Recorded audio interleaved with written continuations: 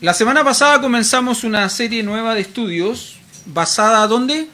Hagamos un pequeño repaso a ver si para los que no estuvieron presentes y también para recordar un poco en qué estamos. Empezamos una nueva serie de estudios basada en qué cosa? No sople, oiga. ¿En qué cosa? Epístolas pastorales. Dijimos que las epístolas pastorales, ¿cuántas eran? 3. ¿Cuáles son? Y Tito. ¿Sí? ¿Y Filemón? Algunos consideran a Filemón también una epístola pastoral. ¿Por qué? Porque es escrita a un hombre que ejerce el oficio pastor en una iglesia que está en su casa.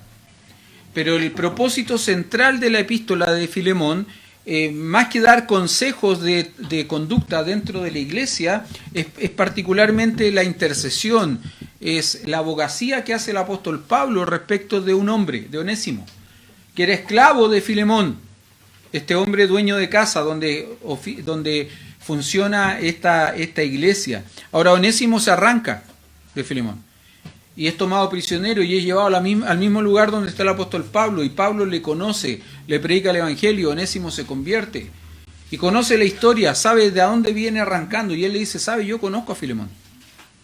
Filemón ha sido mi discípulo. ¿Y qué es lo que hace Pablo? Lo manda de vuelta a donde Filemón. Lo manda de vuelta a Filemón. Y es interesante porque ahí se nos habla claramente de un principio escritural o de un concepto doctrinal que tiene que ver con la salvación, que es la imputación.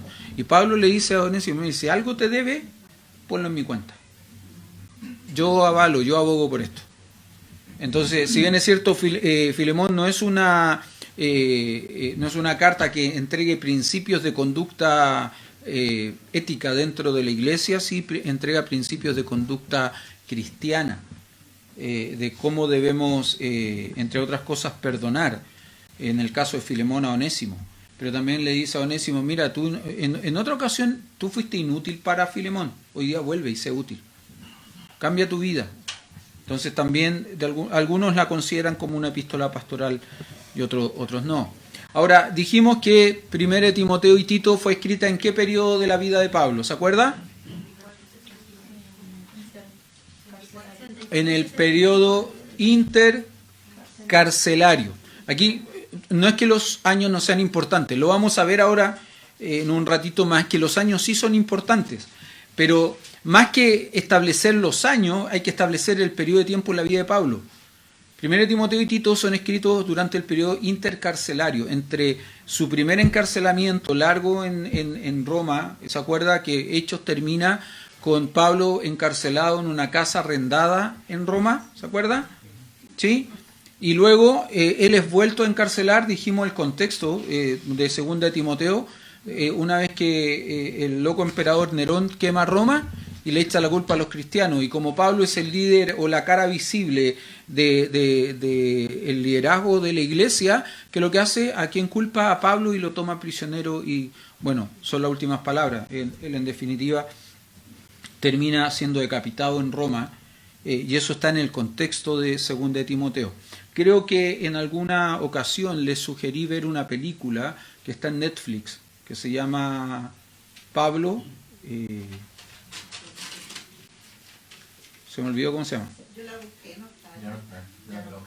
Ya la saqué. Bueno, búsquela en YouTube. Si no la encuentra en Netflix, búsquela en YouTube. Pero es una muy interesante carta y está es una película que está narrada de la vida de Pablo, una película de la vida de Pablo narrada por los ojos de Lucas. Es una linda película. Y es una emocionante película. Si es llorón, búsquese una cajita de pañuelos desechables, ¿no es cierto? Porque va a haber partes donde usted va a llorar, se lo aseguro. ¿Ya? Hoy día vamos a seguir viendo un poco acerca de esta epístola. Todavía estamos en la sección introductoria. Yo sé, hermanos, que a veces estas secciones son un poco complejas porque más que generalmente estamos acostumbrados que cuando yo predico sobre un pasaje y me voy moviendo en el pasaje. Pero en esta sección necesitamos, para entender lo que estamos estudiando, movernos en otros pasajes. Entonces, si usted sigue con atención, va a poder hacerlo, no se me va a perder. Otro detalle, ¿recuerda cuál era el versículo clave para entender las epístolas pastorales? 3.15 ¿de qué? De 1 Timoteo. ¿Qué dice el 3.15? Para que si tardo sepas cómo debes conducirte en la casa de Dios, que es la iglesia del Dios viviente, columna y baluarte de la verdad. Ok, ahora para entender este texto hay que entenderlo desde el 14, ¿no? Esto te escribo, toda la carta, esto te escribo aunque tengo la esperanza de ir pronto a verte, para que si tardo sepas cómo debes conducirte en la casa de Dios, que es la iglesia del Dios viviente, columna y baluarte de la verdad. Y la frase clave en ese pasaje o en ese versículo particularmente es, sepas cómo debes conducirte. Las epístolas pastorales tienen como propósito establecer principios de conducta dentro de la iglesia. Acuérdese, hermano, que yo le dije la semana pasada, la iglesia no es una yapa, no es algo opcional, no es algo que usted dice, si quiero voy, si no quiero no voy. No, hoy día tengo otras cosas más importantes que hacer, así que hoy día no voy a ir a la iglesia. Tengo otros compromisos primero, antes que la iglesia. No, la iglesia no es una yapa, no es algo opcional. La iglesia es una responsabilidad en la vida del creyente. Por algo el escritor del libro de los Hebreos dice claramente, no dejando de congregarse como algunos tienen por costumbre. Porque para algunos no congregarse se ha vuelto una costumbre. Lamentablemente, una mala costumbre. Una mala costumbre. El creyente debiese priorizar su tiempo con el Señor, con el cuerpo de Cristo. No son muchas las oportunidades, no son muchos los tiempos que nosotros como creyentes tenemos para tener comunión los unos con los otros, con el cuerpo de Cristo, que es la iglesia, la casa de Dios, columna y baluarte de la verdad. Si yo lo miro en términos prácticos dentro de nuestra congregación, ¿cuántos tiempos tenemos para hacer esto? En la práctica. ¿Cuáles son los cultos generales que tenemos como iglesia? Jueves y domingo. Reunión de oración de los jueves y este culto de adoración, escuela bíblica dominical a las 10:30 y este culto de adoración familiar 11:45 horas, ¿no es cierto? Esos son los tiempos que tenemos, no tenemos más tiempo. Y el resto de la semana lo tenemos para hacer todo aquello que debiésemos hacer. Entonces, a mí en lo personal me frustra cuando gente me dice, ¿sabe, pastor? No puedo ir porque tengo esto otro, tengo aquí, tengo allá. Mire, hermano, yo puedo entender enfermedades, yo puedo entender de pronto ciertas cosas que son imponderables, pero cuando los imponderables se transforman en cuestiones recurrentes, ya dejan de ser imponderables. Entonces, a mí en lo personal, perdone que le hable de esta manera, ¿no? A mí en lo personal, eso me frustra. Eso me frustra. No son muchos los tiempos. Fue interesante este jueves. ¿Se acuerda que la semana pasada yo le decía, hermano, conéctese? Tenemos el Zoom ahora como para que se conecte a la reunión de oración, ¿no? Sí, bueno, sigan viniendo los fieles, dije. Y mencioné, la semana pasada habían 8 y yo creo que en esta iglesia hay más que 8 fieles. ¿Sí? ¿Sabe cuánto éramos el jueves aquí en el templo? 2. Pero interesantemente, éramos 2 aquí en el templo, pero eran hartos más en Zoom, ¿no? Ahora, hermano, no se me acostumbre tampoco al Zoom. Que el Zoom sea la herramienta que usted tiene cuando obligatoriamente no puede estar acá. Pero si puede estar acá, venga, asista. Tenga tiempos de comunión. Tenga tiempos de comunión. Hoy día vamos a seguir estudiando un poquito, avanzando. No sé hasta dónde vamos a llegar porque tenemos cena del Señor. Por lo tanto, tengo que ser prudente también con los horarios. Pero hoy día vamos a hablar un poquito acerca del escritor humano y también del destinatario primario de la epístola.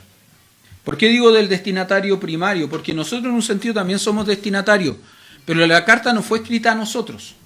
Aquí no se llama primera epístola del apóstol San Pablo a Gonzalo. Primera epístola del apóstol San Pablo a Timoteo, a Pablo. O a Leo. Podría haber habido alguna, ¿no? Pero no la hubo. Bueno, ¿qué va a hacer? Pues entonces vamos a hablar un poquito acerca del escritor humano, pero también vamos a hablar acerca del destinatario primario. Vamos a orar y comenzamos. Sí, Señor Jesús, gracias por este día, gracias por su palabra, y ahora le pedimos, le rogamos que usted, que conoce nuestra necesidad, sabe qué es lo que precisamos de usted en nuestra vida, hable a nuestros corazones por medio de su palabra. Lo pedimos, Padre amado, por Cristo Jesús nuestro Salvador. Amén. Mire cómo comienza Primera de Timoteo capítulo 1. Primera de Timoteo capítulo 1. Dice Pablo, ¿qué cosa? Apóstol de Jesucristo por mandato de Dios nuestro Salvador y del Señor Jesucristo nuestra esperanza. Ya en la primera palabra de esta carta se establece claramente la autoría humana. Entendemos esto, ¿no? Cuando hablamos de la autoría humana estamos hablando de quién la escribe como hombre, porque la autoría divina lógicamente es del Señor. Es Él quien inspira al apóstol Pablo por medio de su Espíritu Santo para que escriba este pasaje, escriba estos textos, ¿sí? Pero se establece la autoría o la paternidad escritural de la carta por medio de Pablo. Ahora dice lo siguiente, ¿no? Pablo, apóstol de Jesucristo. ¿Y qué significa apóstol? ¿Qué significa que sea un apóstol? Alguien que ha sido enviado. Hermano, si usted tiene la respuesta, dígala fuerte. Así yo lo escucho desde acá. Y así avanzamos, ¿no es cierto? Alguien que ha sido enviado. Uno que ha sido enviado particularmente con un propósito, con un mensaje. Pablo dice lo siguiente: yo he sido enviado con un mensaje, con un propósito en mi vida como creyente. Ahora, hay que entender un detalle. Si usted va a Hechos capítulo 9, mire, vaya a Hechos capítulo 9, a los textos que nos relatan la conversión del apóstol Pablo.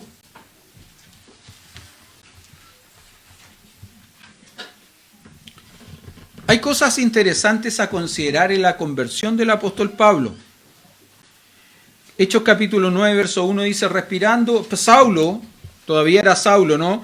Saulo, respirando una amenaza sin muerte contra los discípulos del Señor, vino al sumo sacerdote. Ahora, ese texto nos conecta con el capítulo anterior. ¿De qué nos habla el capítulo anterior? Del martirio de Esteban. Esteban ha presentado defensa de su fe. ¿Se acuerda que hace un rato atrás le hablaba de los números?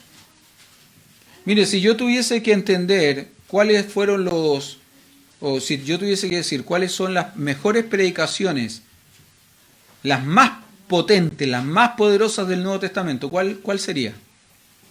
Aparte de la del Señor Jesucristo. ¿La de Hechos? ¿Cuál de Hechos?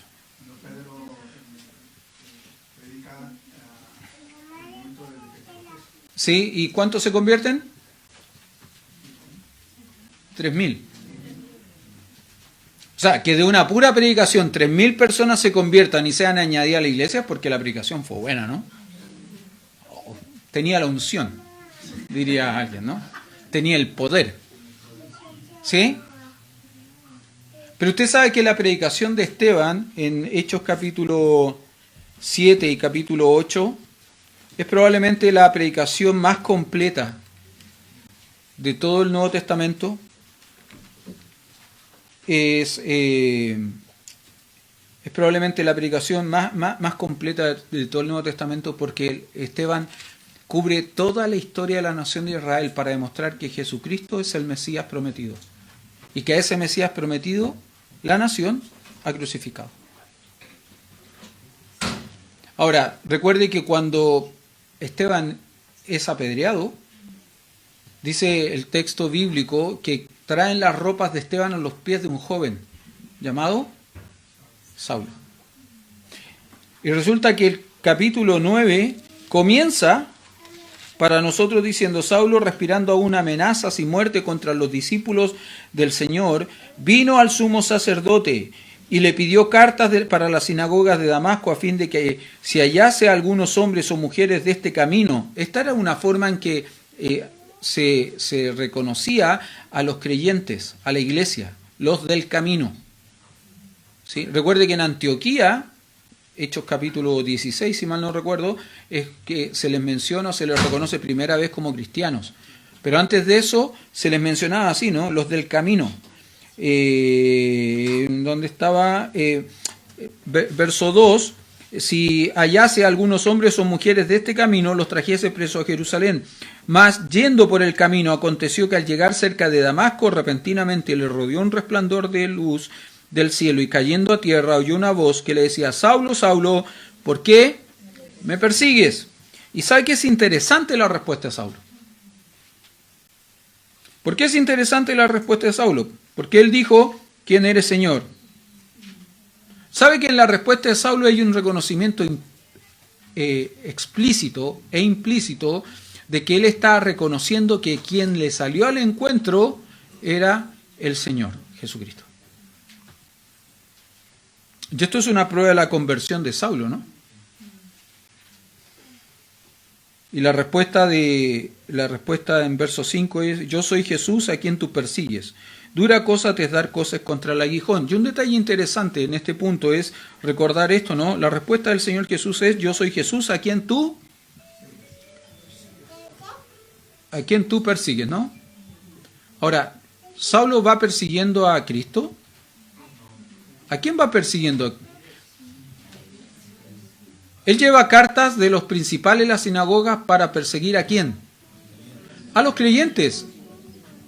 Y cuando decimos a los creyentes, ¿a quién? A la iglesia, hermanos.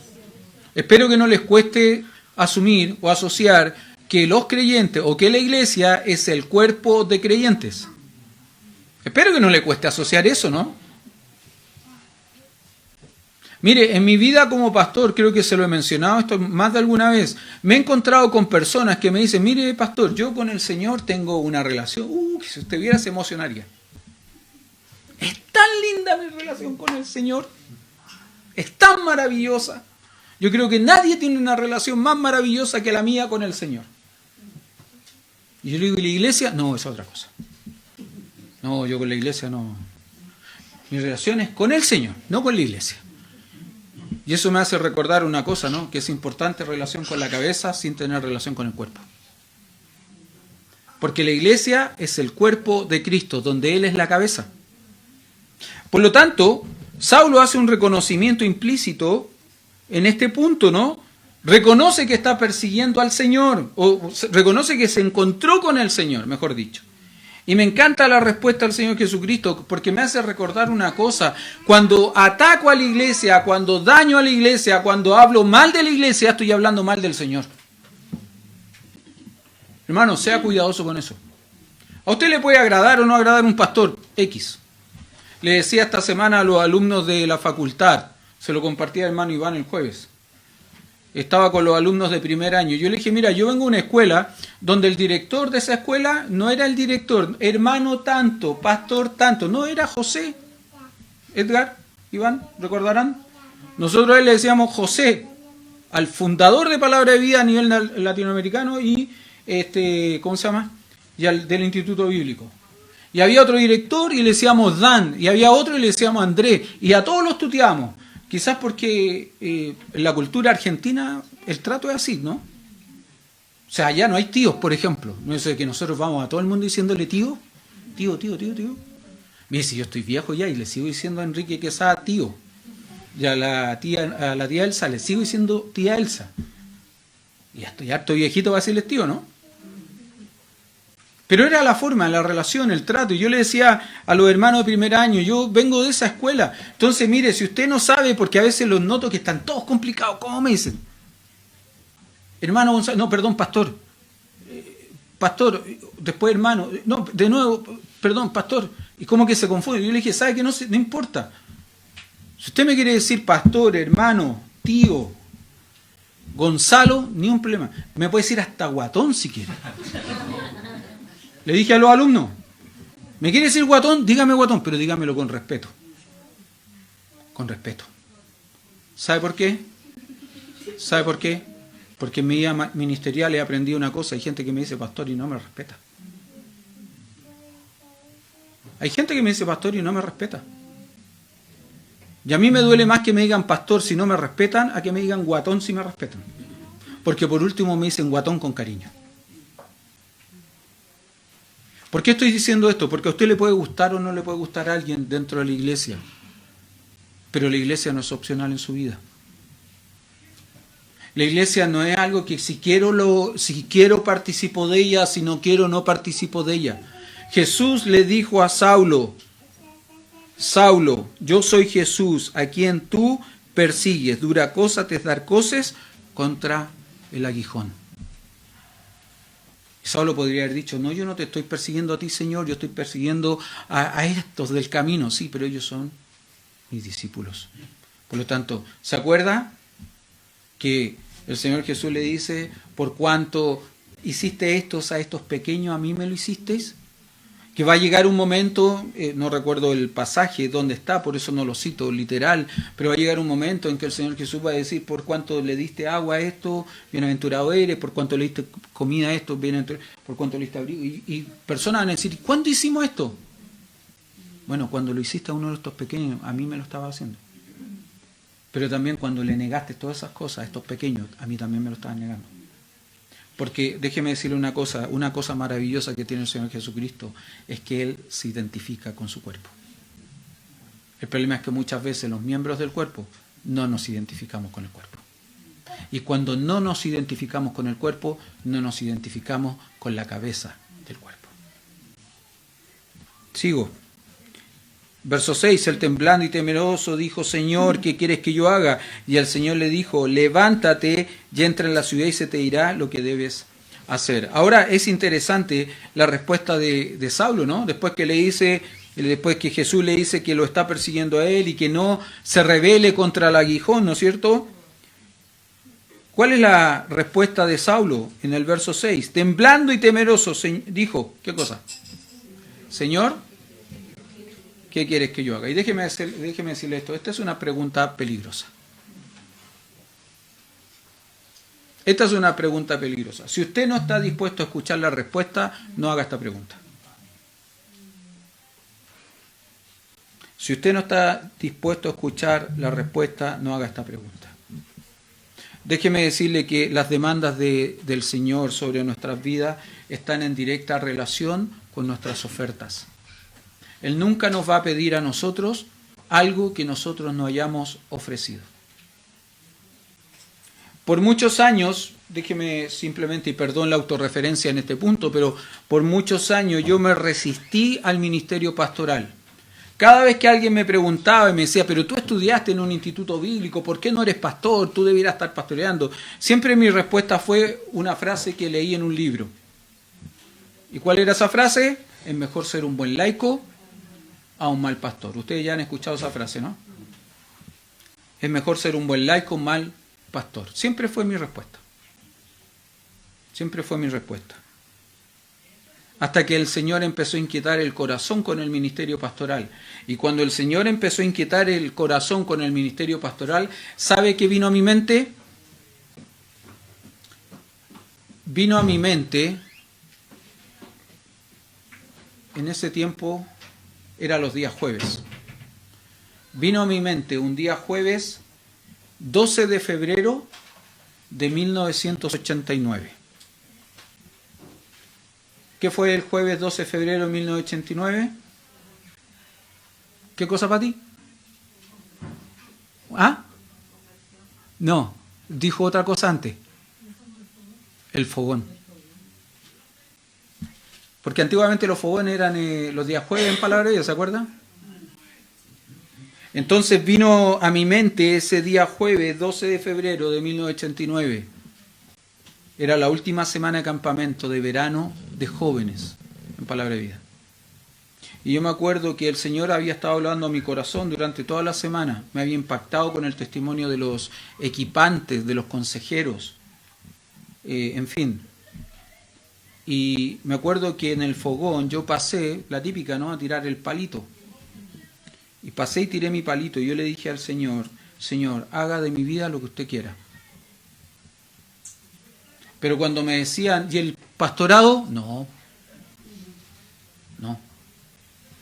Pero si estudiaste en un instituto, te preparaste, ¿por qué no sirves como pastor? No, yo no. Porque, ¿se acuerda que también le he dicho, ¿no?, que a veces tenemos una teología particular para nosotros y una teología distinta para otros? Dale, si el Señor te quiere usar, te quiere animar. ¿Y a ti? No, a mí no. Y uno le dice, no, Señor, no te estarás equivocando. ¿No sería el vecino?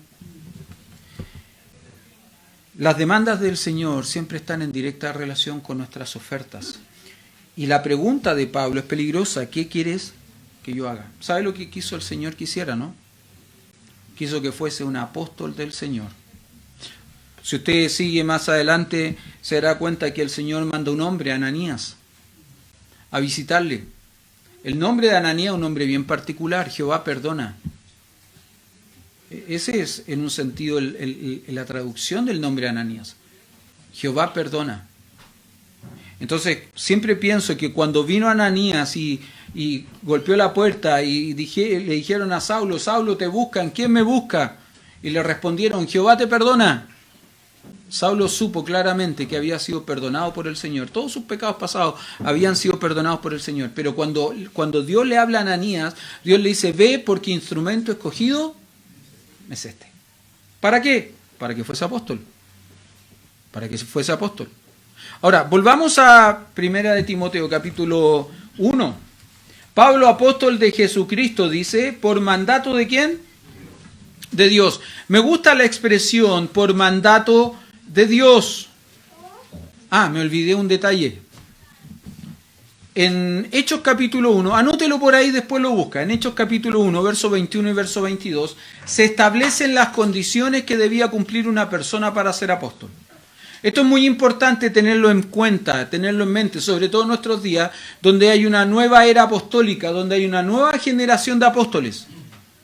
Y acá en Hechos capítulo 1, verso 21 y verso 22, se establecen las condiciones para ser apóstol. Básicamente, ¿cuáles eran las condiciones? Haber sido testigos del ministerio del Señor Jesucristo en vida, pero también haber sido testigos de su crucifixión y resurrección, haber sido testigos del Cristo resucitado. Por otro lado, también haber sido comisionados directamente por el Señor Jesucristo. Entonces, alguien podría decir, y esto es una apreciación muy personal, por favor, esto no es doctrina fundamental, esta parte la editan, ¿ya? Para que no salga después la discusión en redes sociales, el pastor se equivocó, no. Esto es una cuestión una apreciación muy personal. Yo creo, sinceramente, porque Pablo cumplía con estos tres requisitos, haber sido testigo presencial del ministerio del Señor Jesucristo, ¿seguro que no? ¿Cumplió con el requisito de ver al Cristo resucitado? Sí, pues, camino a Damasco. ¿Cumplió con el requisito de ser comisionado por el Señor, haber recibido un mandato del Señor para ser apóstol? Sí. ¿Y la primera, haber sido testigo? Yo creo que sí. Pero ¿sabe qué? No como seguidor, sino como contrincante. Por una cuestión de edad. Yo creo que él sí fue testigo del ministerio del Señor Jesucristo, pero desde el lado fariseo. ¿Se entiende? Ahora, partí diciendo, esto no es doctrina fundamental. De esto no depende nuestra salvación, hermanos, por favor. ¿Ya? Y no salga a defender mi postura, mi creencia, ¿no? Esta es mi creencia, no tiene por qué ser la suya.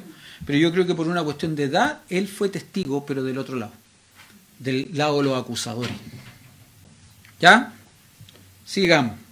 Luego dice, Pablo, apóstol de Jesucristo, por mandato de Dios. Y me gusta esta expresión, mandato de Dios. ¿Por qué? Porque esta expresión, mandato de Dios, es casi como por mandato militar. Es como que un oficial del ejército de alto rango le manda a alguien de bajo rango a hacer algo. Ese de bajo rango, ¿tiene opción o no tiene opción? No tiene opción, tiene que hacerlo nomás, pues. Tiene que hacerlo nomás. Y en un sentido, la expresión por mandato de Dios tiene que ver con esto. Pablo está haciendo aquello que por mandato divino él tiene que hacer y no tiene opción de hacer una cosa distinta. Fíjese que en Hechos capítulo 22, cuando el apóstol Pablo está recordando su propio testimonio de conversión, vaya a Hechos 22, 17 al 21. Dice, y me aconteció vuelto a Jerusalén, que orando en el templo me sobrevino un éxtasis, y le vi que me decía, date prisa y sal prontamente de Jerusalén, porque no recibirán tu testimonio acerca de mí.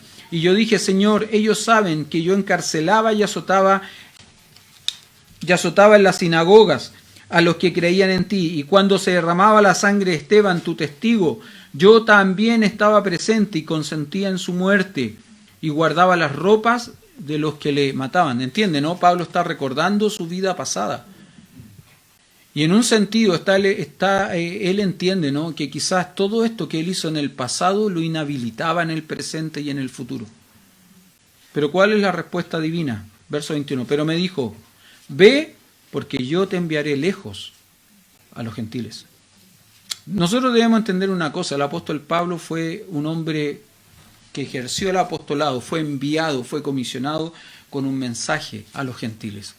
Y uno dice, gracias Señor, porque probablemente nosotros no seríamos salvos en esta época si no hubiese sido por el testimonio de un hombre como Pablo, que fue obediente a tu mandato y se enfocó con tristeza probablemente en su corazón, ¿no? Usted lo puede ver en Romanos capítulo 8, Romanos capítulo 7, Romanos capítulo 9, que dice que él tiene dolor, tiene tristeza por su pueblo, que él quisiera ser, incluso dice esto, ¿no? Él quisiera ser el anatema, el maldito, con tal que su nación, su pueblo, sus hermanos fuesen salvos. Pero él dice, pero eso no es posible. Él hubiese querido enfocarse en su nación, pero Dios le dice, no, enfócate en los gentiles. Enfócate en nosotros, en un sentido, ¿no? En un sentido. Ahora, me gusta cómo lo expresa el pastor Víctor Veloso. El pastor Víctor Veloso, el pastor de la iglesia de Fuente Bendiciones.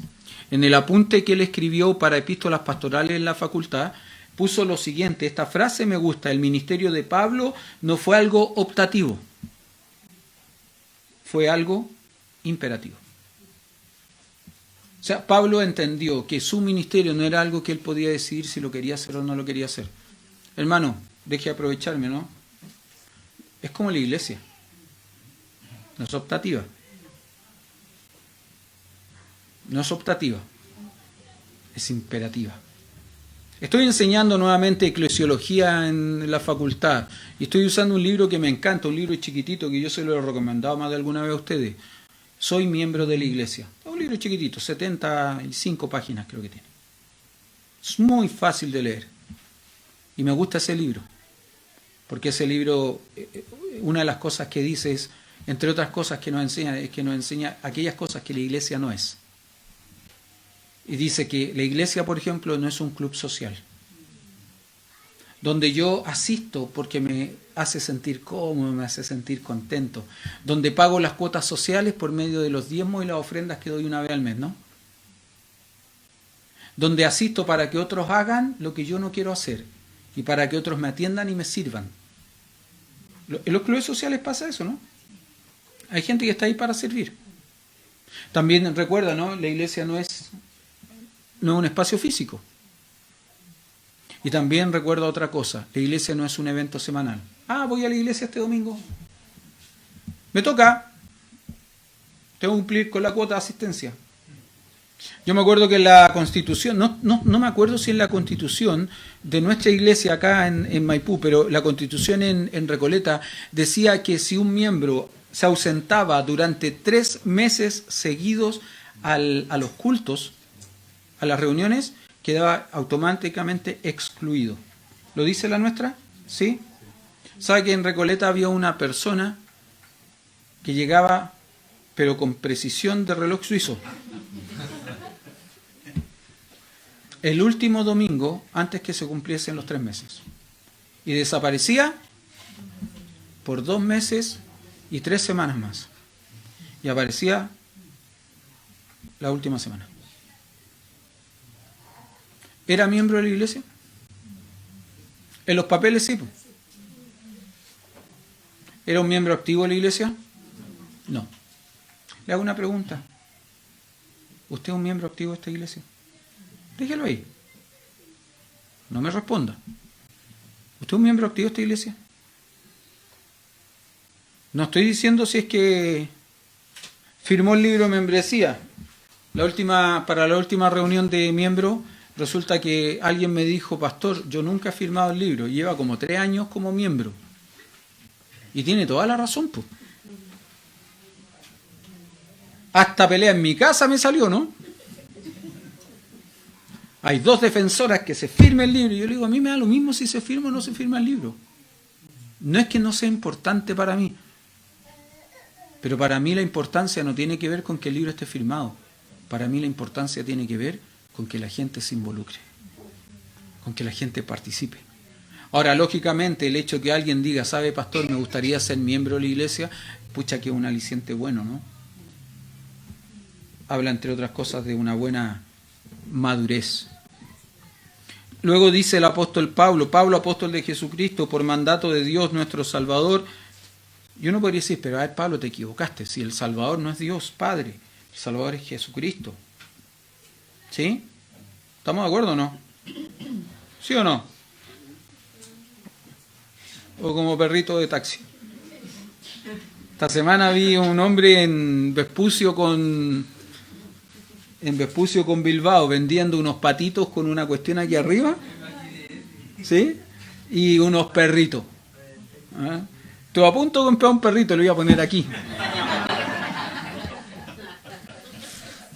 Y después compré un patito y lo pongo acá. Sería lindo, ¿no? Y faltaría... No, dejémoslo. Casi me mando una herejía.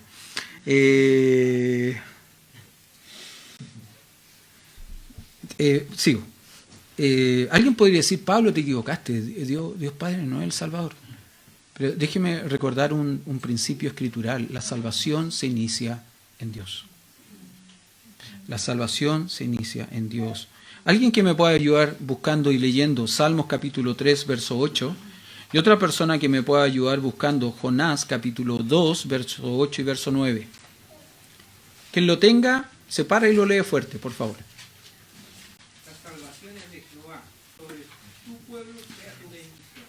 Ese es el Salmo, ¿no? ¿La salvación de quién es? De Jehová. Jonás 2, 8 y 9. El que lo tenga se pone de pie y lo lee rápido, fuerte. Jonás, recuerda ahí donde las hojitas están pegadas. 2, 8 y 9. El que sigue en vanidades ilusorias, su misericordia abandona. Mas yo con voz de alabanza te ofreceré sacrificios, pagaré lo que prometí, la salvación es de Jehová. ¿De quién es la salvación? Hermano, déjeme decirle, la salvación inicia en Dios. La salvación inicia en Dios. Recuerde que nuestra salvación es algo que Dios predeterminó antes de la fundación del mundo. Aún no había el hombre pecado, aún no había sido creado el hombre y Dios ya tenía listo, elaborado el plan de salvación. El plan de salvación nace en el corazón y la mente de Dios Padre. El plan de salvación o redención es ejecutado por Dios Hijo, pero el plan de redención es comunicado por Dios el Espíritu Santo por medio de su iglesia. La salvación es del Señor. Entonces no hay un error acá. Cuando Pablo dice, Pablo, apóstol de Jesucristo por mandato de Dios, nuestro Salvador. Sí, porque la salvación nace en el Señor, en Dios. Lógicamente, ese muchacho está de acuerdo conmigo. Está diciendo amén. Ya, pues no me distraigáis. La salvación es de nuestro Señor, no de Dios nuestro Salvador y del Señor Jesucristo. Fíjese lo que dice, nuestra, y me encanta esa expresión. Porque ¿qué es la esperanza, hermanos? ¿Qué es la esperanza? Sino la seguridad de aquello que nosotros esperamos o aguardamos del futuro. ¿Usted puede estar seguro de su futuro? ¿Sí o no? Sí, pues. Si usted es un hijo de Dios, ¿puede estar seguro de su futuro? Yo no le estoy diciendo, escúcheme bien, yo no le estoy diciendo a usted que si usted es un hijo de Dios, puede estar seguro que todo le va a ir bien, que no va a tener ningún problema. Por el Señor Jesús dijo, en el mundo tendréis aflicción, pero confiad, yo he vencido el mundo, ¿no? O sea, dificultades vamos a tener, problemas vamos a tener, tribulaciones vamos a tener, ¿sí? Penas vamos a tener.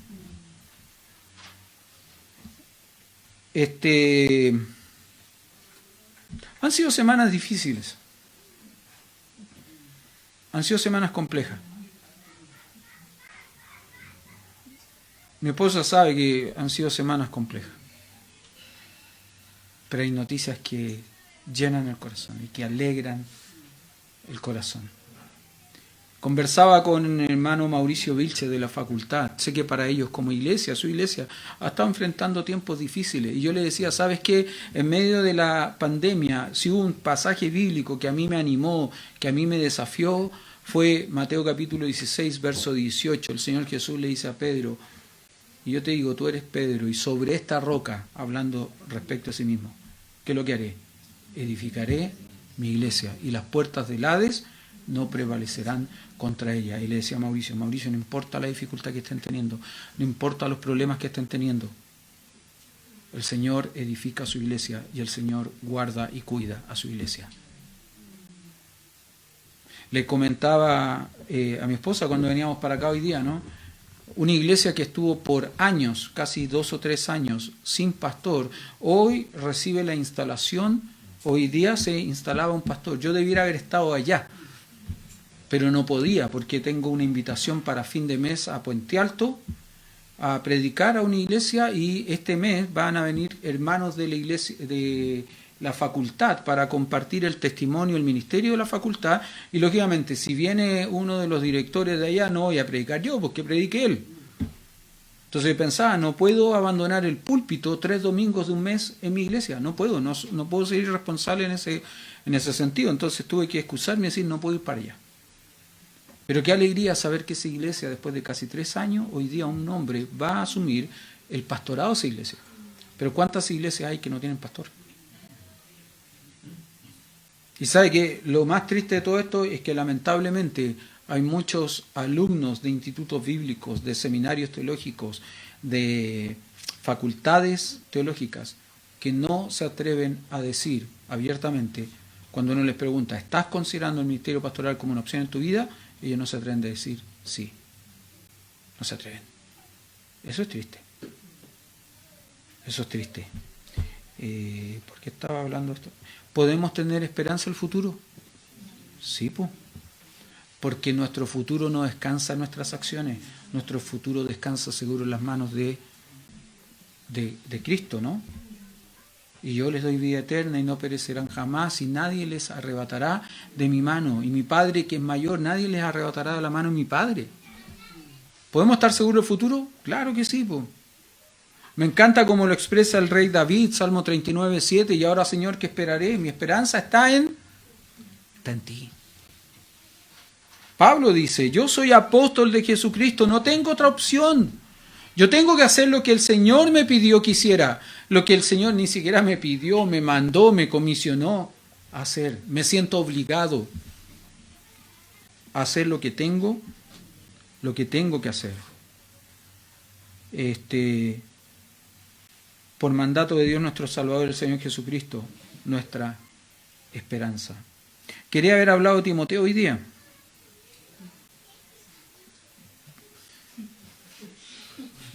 Quería haber hablado. No va a poder ser. Solo déjeme decirle una cosa. Solo un pequeño detalle respecto a Timoteo. Los nombres en la Biblia siempre tienen un sentido. Los nombres nunca fueron puestos al azar. Y el nombre Timoteo tiene un sentido bien particular. Es un nombre compuesto, el nombre Timoteo. Timao, teos. Timao significa literalmente tener una actitud de honra o gran estima. Timao, tener una actitud de honra o gran estima. Teos, Dios. ¿Sabe lo que quiere decir Timoteo? ¿O qué describe el nombre Timoteo? Es la actitud de un hombre que honra a Dios. Y vamos a ver en el tiempo, a medida que vayamos avanzando en el estudio, que Timoteo sí fue un hombre que cumplió con este nombre. Fue un hombre que honró a Dios con su vida. Fue un hombre que se dedicó desde muy jovencito. Es interesante porque, mire, solo le prometo, con esto termino. Hechos capítulo 16. Después llegó a Derbe, está hablando de Pablo y Silas. Después llegó a Derbe y Listra, y he aquí, había allí cierto discípulo llamado Timoteo, hijo de una mujer judía creyente, pero de padre griego, y daban buen testimonio de él los hermanos que estaban en Listra y en Iconio. Un detalle que hay que considerar, hermanos, es las edades de Timoteo.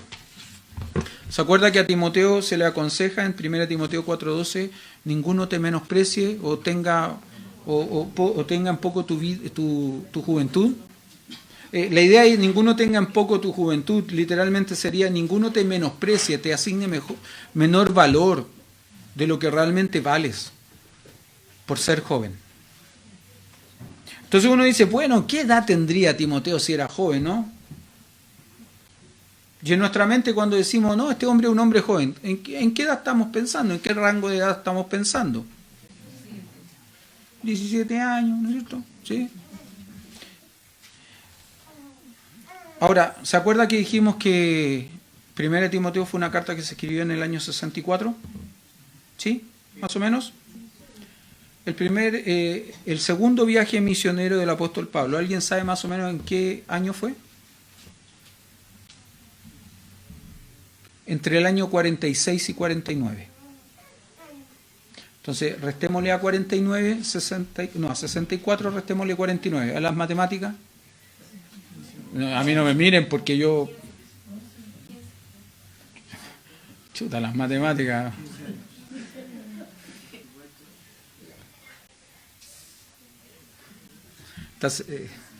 No, mejor que no. Me van a retar. ¿15 años? 15 años. Bueno, el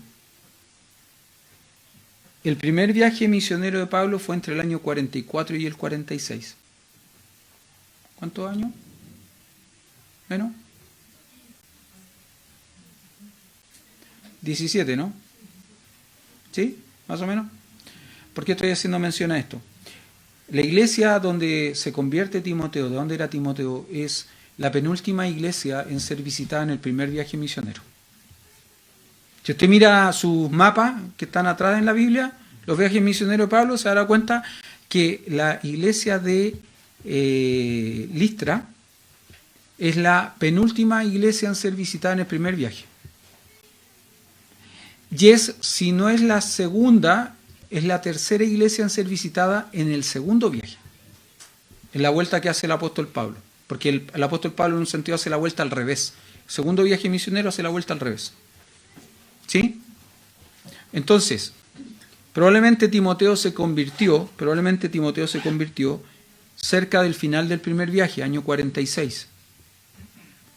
Pero acompaña a Pablo cerca del inicio del segundo viaje, aproximadamente año 47, o sea, un año o 2 años después, 47, 48, un año o 2 años después. Timoteo era un hombre tremendamente joven, probablemente Timoteo se convirtió a la edad de 11 o 12 años, pero acompaña a Pablo en su segundo viaje misionero, más o menos entre la edad de 14 o 15 años. Por lo tanto, cuando Pablo le escribe 2 Timoteo, él tiene aproximadamente 30 o 31 años. Era un hombre joven. Joven para la cultura. La cultura decía que era joven hasta los 40. Estáis pasado. Sonaste. Ya eres viejo. ¿Sí? Pero ¿sabe por qué estoy haciendo todo este recuento? Por una frase que está en Hechos capítulo 16, verso 2. ¿Qué se dice de Timoteo? Y daban buen testimonio de él los hermanos que estaban en Listra y en Iconio. Y por ese motivo, dice el verso 3, quiso Pablo que éste fuese con él, y tomándole le circuncidó por causa de los judíos que había en aquellos lugares, porque todos sabían que su padre era griego.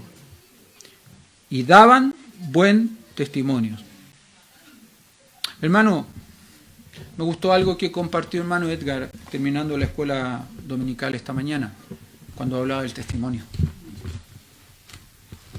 Cuando él hablaba del testimonio y él decía que sin saberlo, en su proceso de instalación, de encomendación, allí en la iglesia de Ebenezer, ¿no? ¿Sí? En el Abrazo Maipú, un hombre que él conocía estuvo presente y dio buen testimonio en su ministerio durante el tiempo que él estuvo sirviendo en la iglesia de los hermanos allí en Córdoba. Hermanos, si alguien tuviese que dar testimonio a nosotros, ¿qué diría? ¿Qué diría de nuestra iglesia? ¿Qué diría de nosotros? ¿Qué diría del pastor? ¿Qué diría de los hermanos, de los diáconos? ¿Qué diría de los hermanos? ¿Qué diría de nuestros jóvenes? Aún de nuestros niños. ¿Qué testimonio damos nosotros? No solo a nuestra comunidad que nos rodea, sino también a los hermanos que nos observan. ¿Qué testimonio damos? Fíjese qué interesante, porque en el caso de Timoteo, los hermanos de las ciudades cercanas a la ciudad donde él vive dan buen testimonio. Y ese es el motivo por el cual Pablo dice, bueno, lo voy a llevar conmigo, no hay problema. Solo había un problema, ¿no? Como era hijo de un matrimonio mixto, ¿qué es lo que hace con él? Lo toma y lo circuncida. ¿Para qué? Para que los judíos que van a encontrarse en el camino no hagan problema. Y hermano, déjeme decir, en eso no hay una debilidad de Pablo, hay una estrategia de Pablo. Pablo dice, ¿para qué voy a llevar problemas gratuitamente? Mejor evitemos el problema, circuncidémoslo y listo. Ya está. Pero lo importante de Timoteo, de este hombre que honraba a Dios, lo importante es que él tenía un buen testimonio. Un buen testimonio. Vamos a ver más adelante, ¿no? Como Pablo le dice a Timoteo, muéstrate como ejemplo. Sé el molde, donde personas vengan y se amolden para tomar la forma de un verdadero hijo de Dios. Eso es. Vamos a quedar ahí, porque ya ha pasado la hora. Es tarde.